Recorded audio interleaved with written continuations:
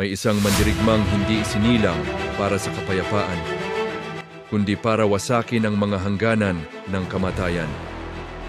Sa panahon ng mga Diyos at ng mga kaharian na ginapi ng takot, may isang pangalan na inukit sa mismong kalangitan. Ang kapalaran mo, Achilles, ay mamili sa dalawang wakas.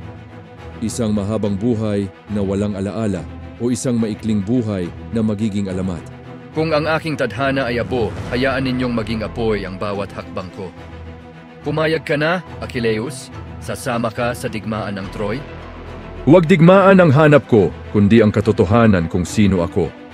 Hindi ka kailanman natakot, pinsan. Lahat ng bayani may kinatatakutan.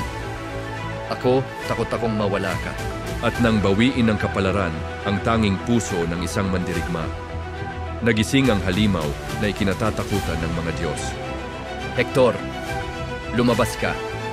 Dahil ngayon, hindi hustisya ang hanap ko, kundi katarungan ng isang nagdurusang puso. Sa gitna ng libu-libong kalaban, iisa lang ang natira. Isang taong tinawag ng kapalaran at sinagot ng halimaw. Kung ito ang wakas, gawin mo na. Hindi ako ang iyong kaaway, ngunit dala ko ang kanyang huling hininga.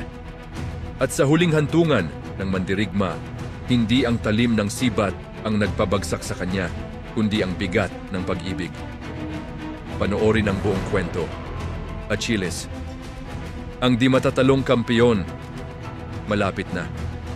Mag-subscribe para hindi mahuli.